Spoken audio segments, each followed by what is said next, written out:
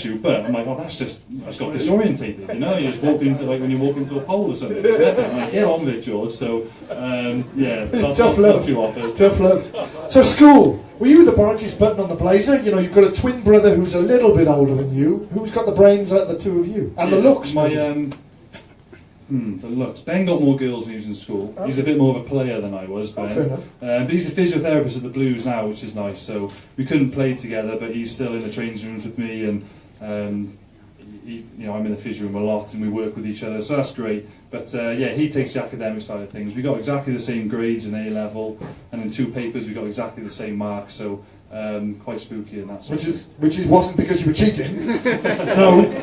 There was just that extra-sensory kind of thing that was going on. Was he a reviser? Are you a reviser? Yeah, we used to revise our socks off together. So I hated school. I mean, I love school, the social side of it, but I hated school itself. So I got to get my GCSEs, my A levels, and once I do that, then I can try and throw all my eggs in one basket and go for rugby. So I turned down playing for Wales Sevens when I was 18 during school because I just wanted to make sure I got my A levels. I was really focused on making sure I did that.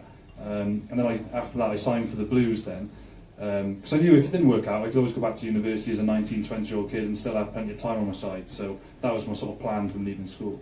Were you, so as a trainer, just as a kid growing up, and you've got a natural talent for inflicting pain on people, did you used to do extras?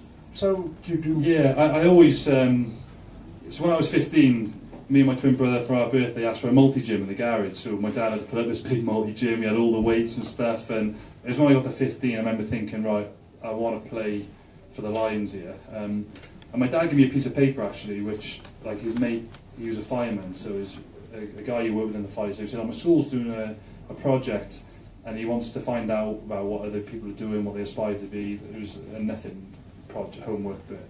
So I did it. I filled out a piece of paper, it said like name, age, sport you play, rugby, and it said aspiration. And I wrote down, I want to be a Wales and Lions legend. I haven't achieved that, no way, I'm not saying that, but that's what I wrote down on the piece of paper. And my dad said,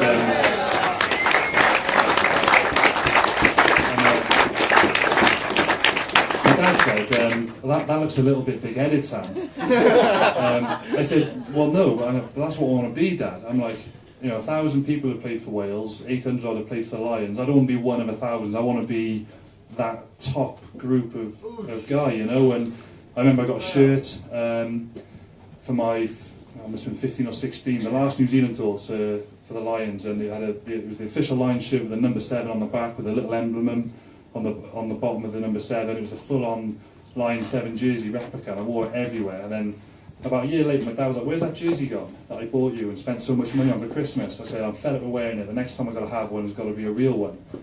So I put it away, and that's why then, like all the years of sacrifice, maybe like 9 years after that, when people asked me what was the most special moment of my career, it was when Ian McGeechan gave him a number 7 shirt for the Lions, and I got the shirt off him, and our kit man said, we did that in the shirt presentation the night before the first test, this is 4 years ago, "Do you want me to take the shirts back off the players, or do you want to keep them and take them to the game yourself?" And I was like, "Oh no, I'm definitely keeping this myself." I ran straight up to my room, I laid it out flat on the bed, and it was number 7 facing up, and then I sort of like had that moment there where, I sort of rushed back all the 9 years where, we didn't drink, didn't go out, sacrificed a heck of a lot, used to eat tinned tuna in school and do all the healthy stuff, and suddenly I was looking at this number 7 jersey on my bed, and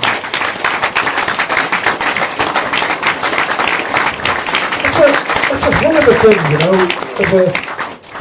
for 9 years, that's a hell of a thing, temptation, to sit, all your mates were, you had friends at school? Yeah, I had friends, they were all great and they're supportive, and I still got the same group of mates now that I had all the way through school. I remember I had a Christmas where we had 3 weeks off at Christmas for school.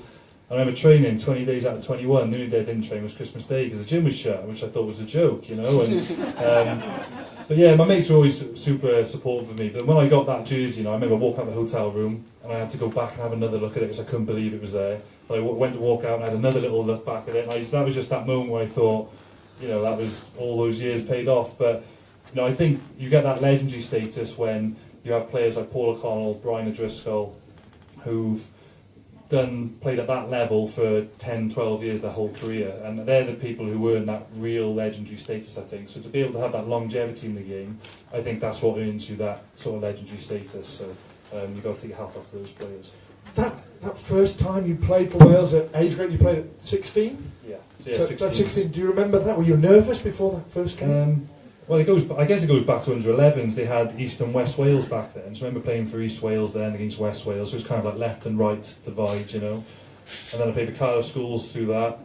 And then you got your first 16s cap when I was Wales 16s. And that's when I got that multi-gym and stuff, because I realised I need to really train hard here to try and get in the Welsh 16s team. And I managed to stay in the setup from the 18s, 19s and 20s. And luckily the Blues, they first saw me when I was around 15 years of age, playing for my school.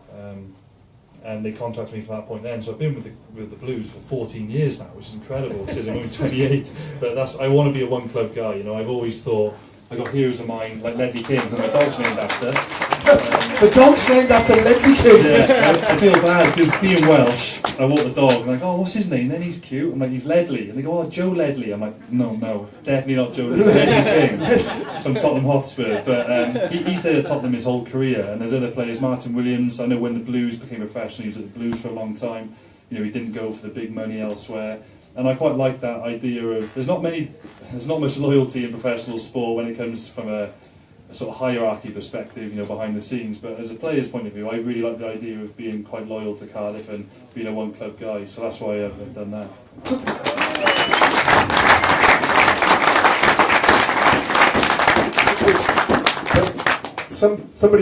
The French must have chucked money at you, and the English must have chucked money to come and go, and it's like big numbers. Yeah, no, I remember after the last Lions tour, they were Toulon were they put an offer down. I actually flew across to have a look at it, because my agent was like, well, if you want to realise if you want to go there or not, you need to fly out there and have a look. And we kept it pretty quiet, you know, it didn't really get out into the public domain that I went over there. And as I was out there, you know, they did a pretty good job. I met Johnny Wilkinson for the first time, who was a childhood hero. I was chatting to him about the club, and they took me out, he stayed overnight and all this stuff.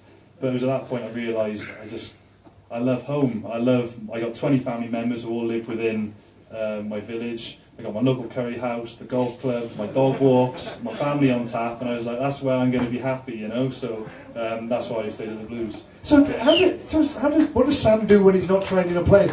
Bear in mind, today he's trained 3 times, or today I was in bed and went for a ride. He's trained 3 times and had 4 meals or something crazy today already. I mean, you got to sleep at 5 a.m. this morning. I had to get up watch the McGregor fight last night. So yeah. But trained through that. But there we are. So what do you?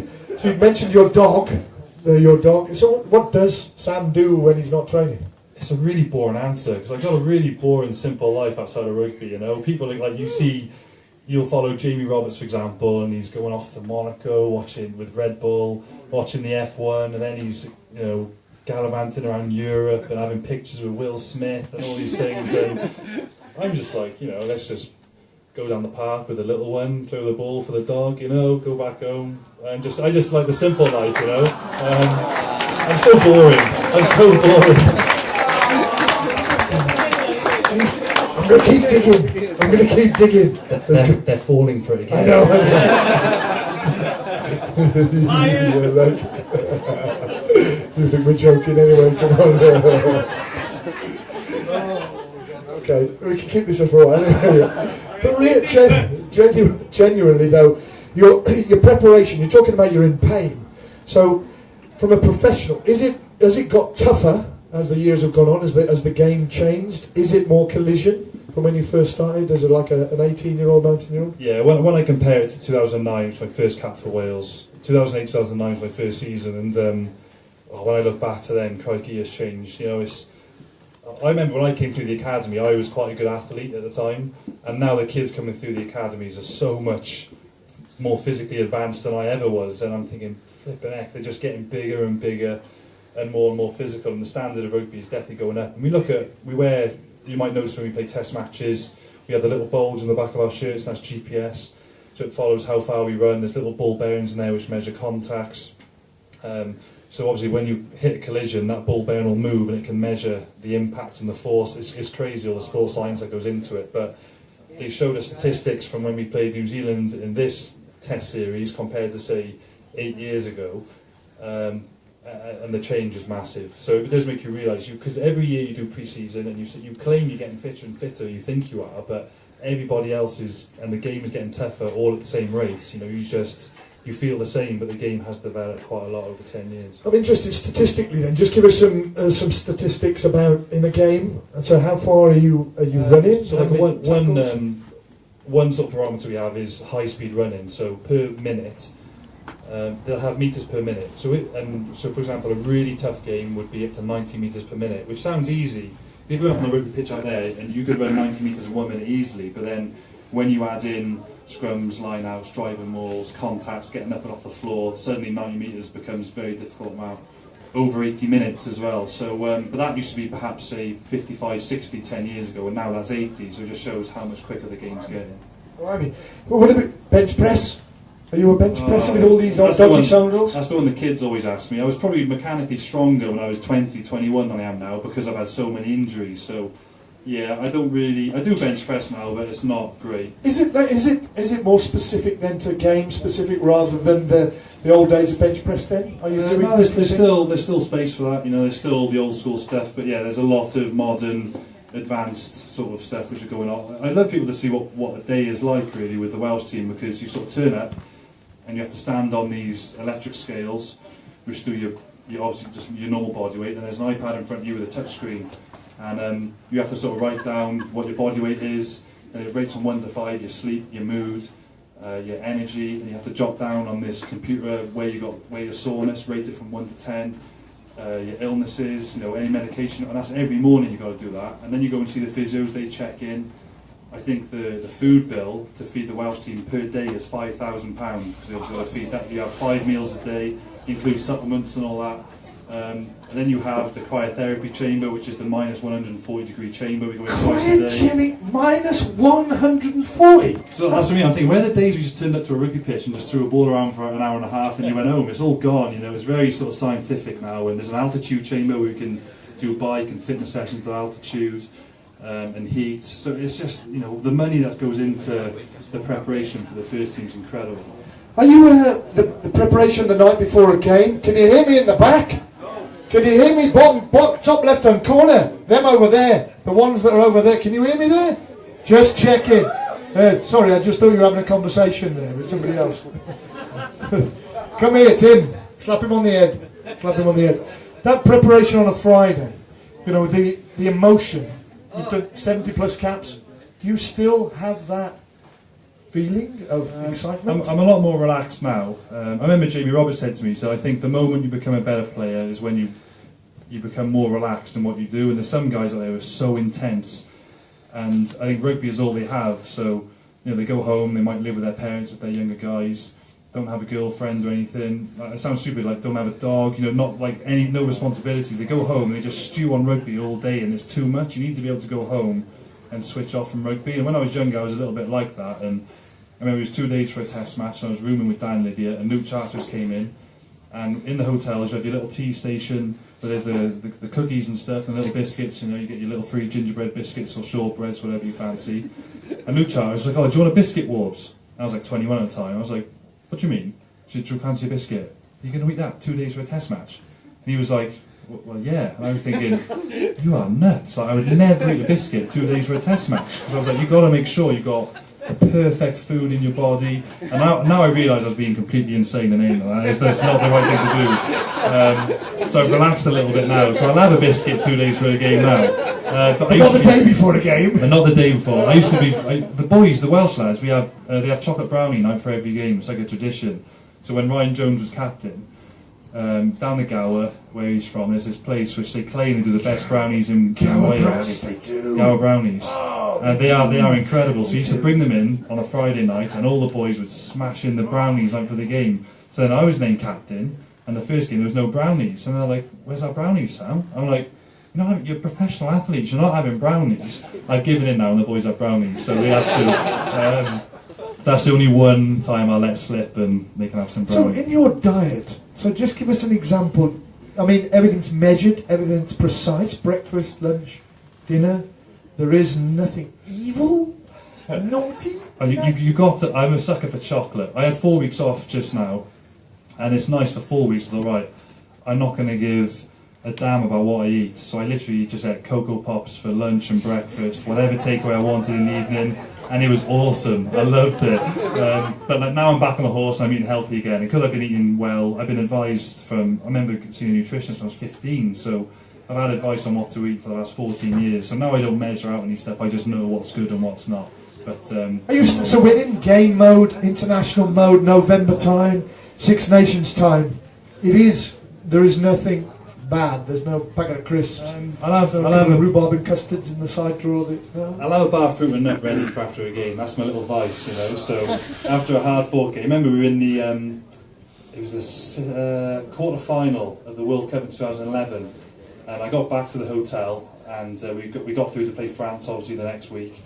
And me and Dan were like, oh, should we get a bar of chocolate? So we walked to the local supermarket in New Zealand, got a bar of chocolate, went back home, sort of chinked it together and had a nice bar of chocolate together. That was our little reward, you know. So the celebration. I have people, I go down the Blues, say if it's a game I'm not playing or after a game, and people are coming up to me with bars of fruit and nut, just because they've heard in interviews I like fruit and nut. And then Dairy Milk, Cadbury's contacted me and said if I wanted to have a sponsorship sort of thing with fruit and nut, I was like, that'll be the end of my career if I had that, because I'd have no willpower. So yeah, but I've got in my house, genuinely, I've got about 10 to 15 bars of fruit and nut because people just give it to me randomly. It's great.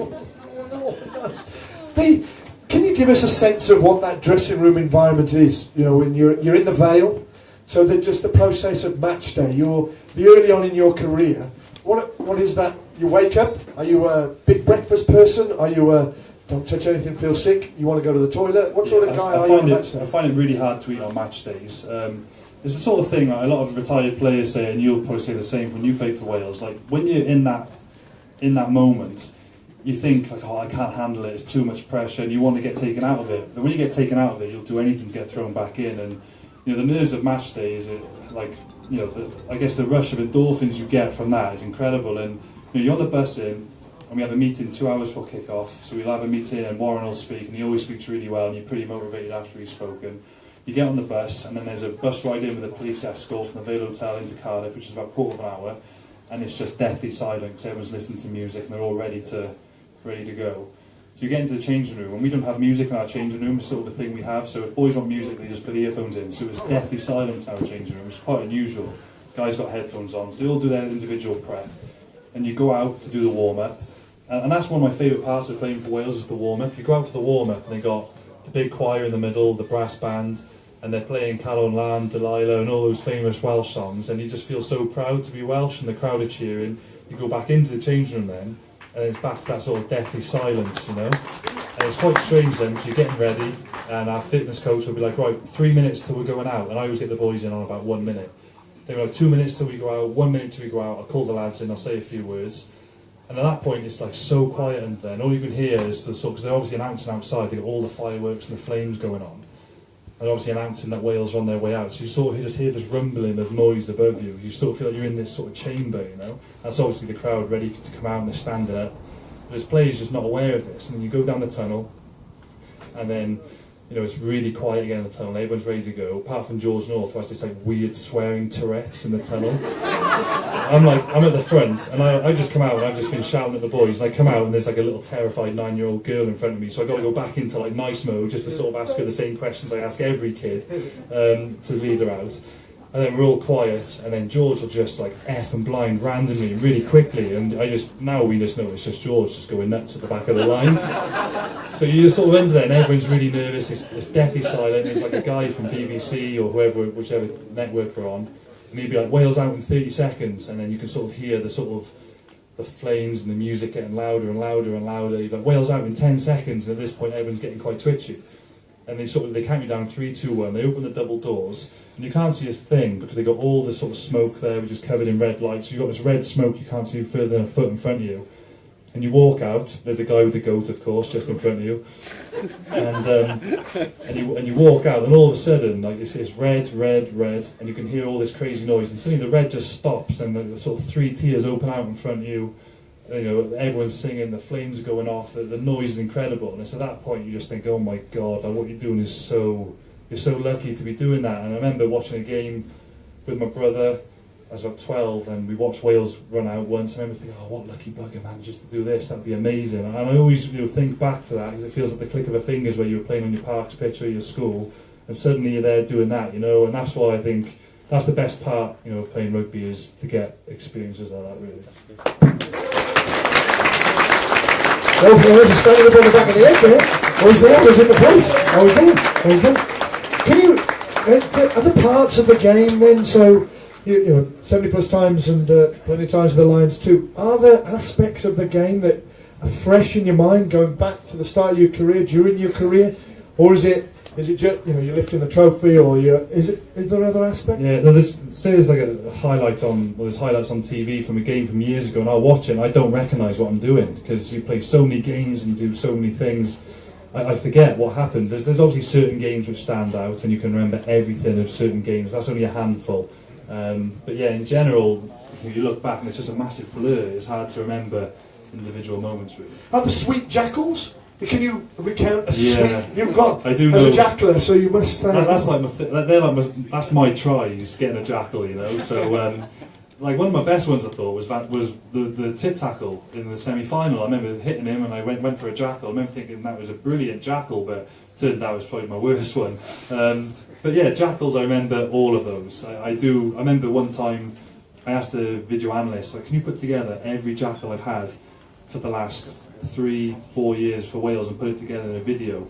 I was coming back from an ankle injury and I was a little bit nervous about doing jackling again, and he made a video and he got something like 250 not completed but attempted jackals or successful ones, and he put them all on a video reel for me, so I just watched that, and then that sort of got me mentally ready to play again and trust, because my ankles never got injured jackling, but I was worried about them, so I do things like that to try and get yourself back and mentally prepared. Talking about mental stuff, you hinted about that unfortunate tip tackle. It's a difficult one, it's a raw subject. I'm going to pursue it a little bit further. Just a little bit. Hey, emotionally, at the time, you just talked about you thought it was a good tackle. But then, when did that realisation, was it like, oh shit, I've done something wrong here, or...? God, that was crazy. It was... The weekend before we played Ireland and when we beat them in the quarterfinals, and I made a mistake at the tail of a line out, and they ended up making a line break. So I reckon France saw that and thought, right, we'll attack number 7, Welsh 7 at the back. So me and Dan Lydiard, who's the guy inside me at the back of the line out, we sort of looked at this and I think they're going to come for us here. So if this happens, you take 9 and I'll take the winger. So then they had a line out in a perfect position, field position, to do this move.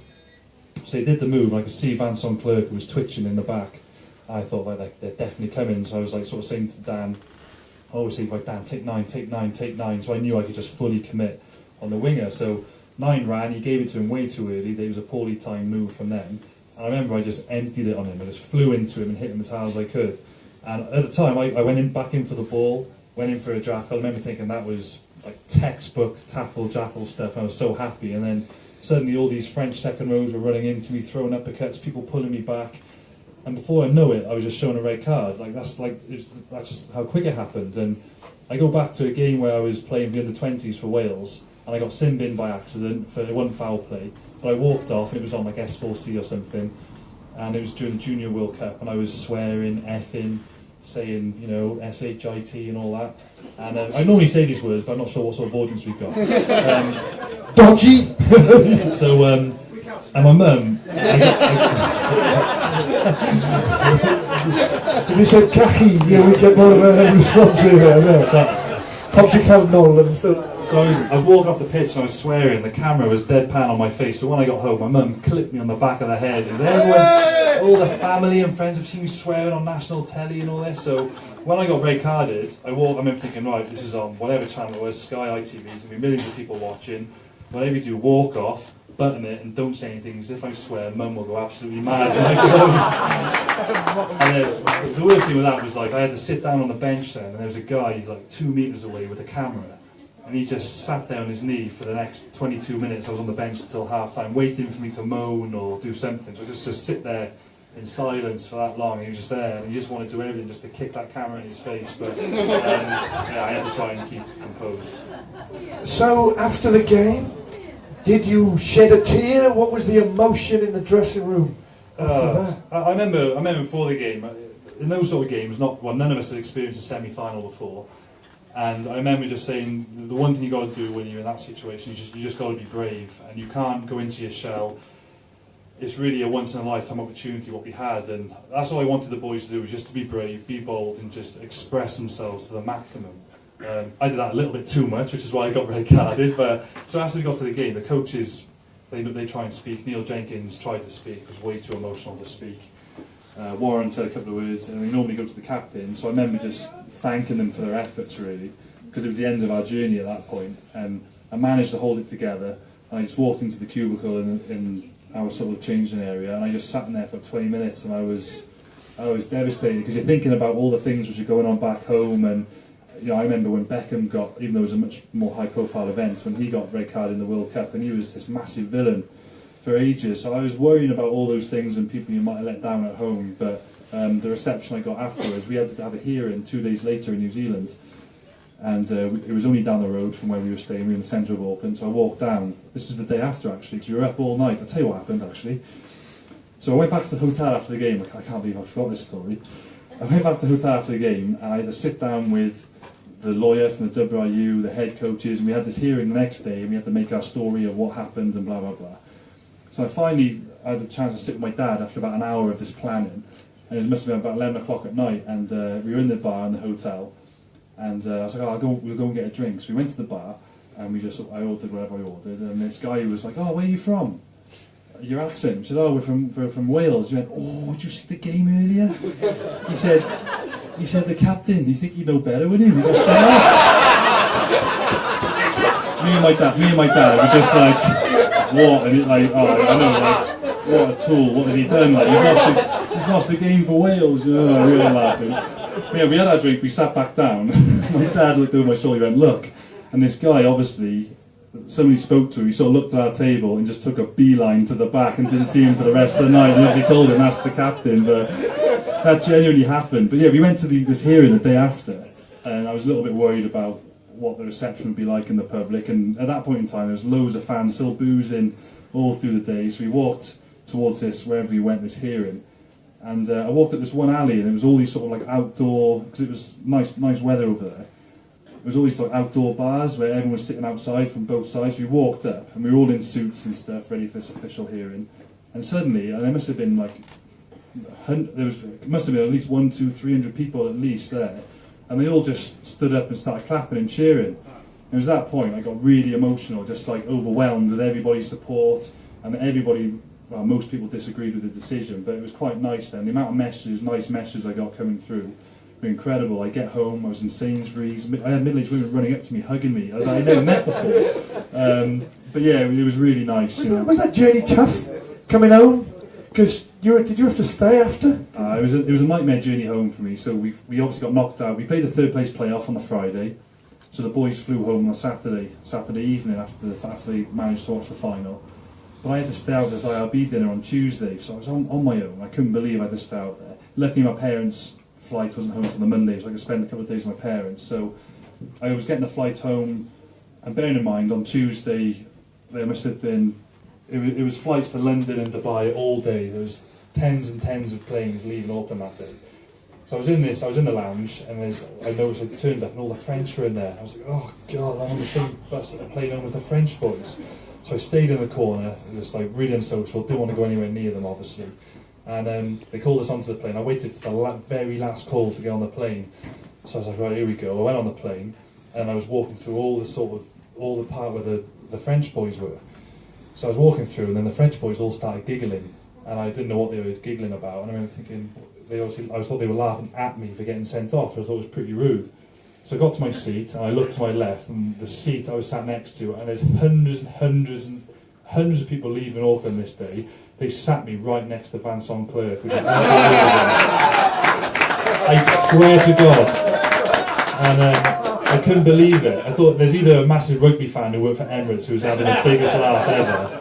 And I sat down, and he just looked at me and he said, you give me a massage on my back,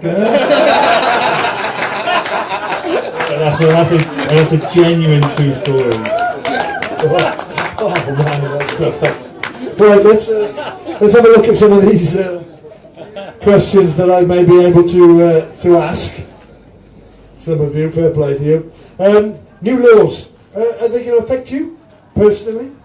No, I don't think so. No, I don't think there's any laws which are coming in. The press will make a big song and dance about it and which players it might affect, but I really don't think the new laws will affect any player. Okay. Worst and best roommate? Best roommate is Dan Lydia. We probably spent about 6 months together when we had all the away trips we've been together. He's my best roommate. And the worst would be anyone in the front five, particularly the front row. Because the front row, you catch them on their back and they snore like there's no tomorrow. It's horrendous. Samson Lee, he's a shocker. A big old drum, you know, he's got a good snore. Right. What was the response in the Lions camp when Gatland called it a bit harsh, nobody's, those extras? Was that planned? He told me about it beforehand. But at this point, the rumours were already spread around the squad it was happening. To be perfectly honest, it didn't go down too well with the squad. I think the guys who felt hard done by were the guys who probably realised they were only ever going to play midweek and not play the test team. And for them, that was the pinnacle of their career. But yeah, I think those guys were probably a bit cheesed off.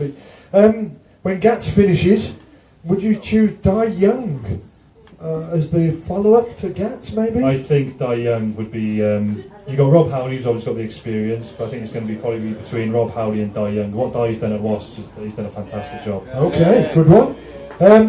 What did you say to the ref in that last test for the Lions? Come on. Did you go into hypnosis mode or something like that? Whoa, look at my eyes, No, it's weird. It's something which it's just it's common sense to me, right? So you get people who say, or coaches who say to me, like, he was in the referee's ear more than you were that game. Like he was in his ear the whole time. I've spoken to referees after games, like, you know, Nigel Owens, Wayne Barnes. Like, surely, if a player comes up to you every 5 minutes questioning what you're doing, in your head you're going to want him to bugger off because they're going to annoy you. So I think it's more. I think captaincy, less is more. I think if you go up to them, not as often, but you do, and it's much more meaningful. And plus, my parents said manners don't cost a thing. So players go up to them, they race up to referees or in their face. They're not going to listen to you. So you have to wait for the right time. I won't want to go to a referee more than 3 times a game, 3 times a half, really, 6 times a game maximum. But then when you do, more often than not, they do tend to listen. So what did you say? I just asked him to have a look again, please. And I said, you know, it was an accidental offside. I said, can you have a look again for the accidental offside? And plus, what a lot of people didn't pick up was Kieran Reid was offside anyway from the kickoff. So it doesn't matter what would have happened. They should have gone back to the kickoff, and it was all. Who's your most respected opponent now? And have you ever been frightened of anybody? I've never been frightened of anybody. Everybody's human. They all get the shits. You hit them in the ribs and it hurts. I think, you know, no one's superhuman, are they? So that's what I think. I guess not. You got the All Blacks boys there doing the hack in front of you, and they were all having their backside wiped with their mother when they were younger, and they've all been ill, and you know, they've all cried over girlfriends. They're the same as all of us. They're just normal human beings. So no, I don't fear anyone. Definitely not. But most respected then? Most respected is definitely David Pocock. By far the best number 7 I've played against ever, and I've never asked to swap shirts with a player ever. I've never swapped shirts with anybody because I don't want a New Zealander with my opposite number, or South African, or Australian, Englishman, whoever, thinking that I look up to them as a player. I don't want them to think that, even though I do. So Pocock is someone I really look up to, but I don't want to give them that respect, you know. So we had a 3-test series against Australia, and. We had 3 test series with Australia. We finished the 3rd test, and the boys were all swapping shirts. Like, you swapping shirts? I'm like, nah, no chance. If he doesn't ask for my shirt, I'm not going in to ask for his. And it turns out he came in, and I was like, yes. So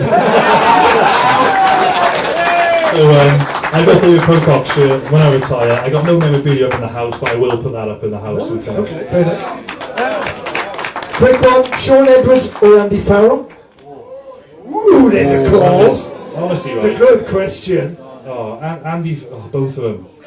Oh, jeez. Honestly, I can't split them, right? They are both, by far, the best defensive coaches I've ever seen. They're fantastic. Andy Farrell, it was great as well because it was nice to hear a different voice, but he is an absolutely brilliant defensive coach. Okay, so which is the quirkiest out of the two? Sean's the weirdest out of the two. Weird. Really weird. Yeah, Andy. Really weird. You obviously know Sean. He's Yeah. really weird. But yeah, they're both fantastic. Is Haskell as funny as he thinks he is? He is funny. I think when the Lions DVD comes out, he'll be that one guy who will steal the show and come up with the most gags. So yeah, watch out for that. For the Lions DVD, James Haskell will be pretty funny. Regional, international rugby, is there a massive gulf? Yeah, very big gulf between regional and international. Who's the longest in the shower? Who asked that one? Who asked that one? Do you want me to explain that? Who asked it? Someone Name and shame. Weird. The member of the Blue Oyster Club down the front here. Mate, you're having a bash in. Student loaner. You are having a tough gig tonight. Seriously. All I'll say is Luke Charteris' old boy is something of legend. So, Luke Charteris. It's frightening. Proportional representation, is that what they say? He's 6'10" and it still looks massive.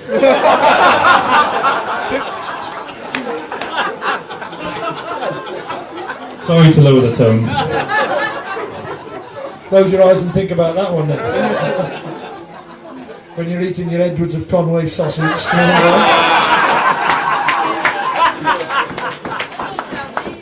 Don't overcook it or don't leave it on the parking here for too long. You're turning into Toby Falatau. Right. Right. What did you say before the third test?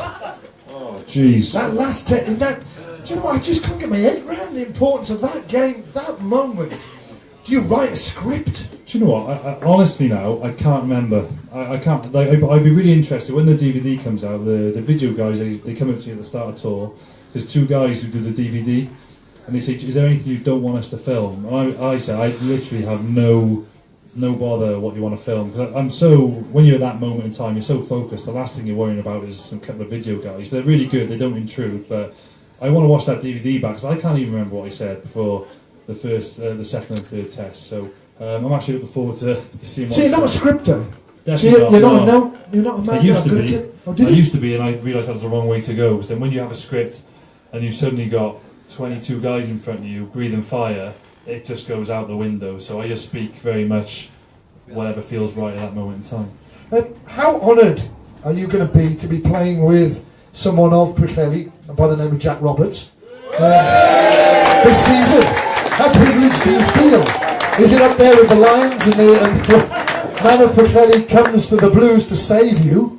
Have you met him yet? There's a couple of brilliant guys from North who come to the Blues. You've got Jack Roberts, who's obviously had a really promising career already at Leicester. So really excited to link up with him and see what he has to offer. He's obviously going to be a top player, obviously, because you don't play the Premiership that long, and you know when you're not top class. So he's going to be really exciting to join up with. And Rhyn Williams, who's going to be assistant. There's a brave man wearing a Carnarvon Rugby Club tie here now. One more in the front here. Yeah, all comers, you said, didn't you? I'll take them on. I put money on saying we're going to see Rhyn get a lot of Welsh caps. Ladies and gentlemen, I think it's only fair that this guy has a rest now. I think we've had an amazing insight this evening of a guy who has played at the highest level, and he's just normal. So please show your appreciation for the one and only Mr. Sam.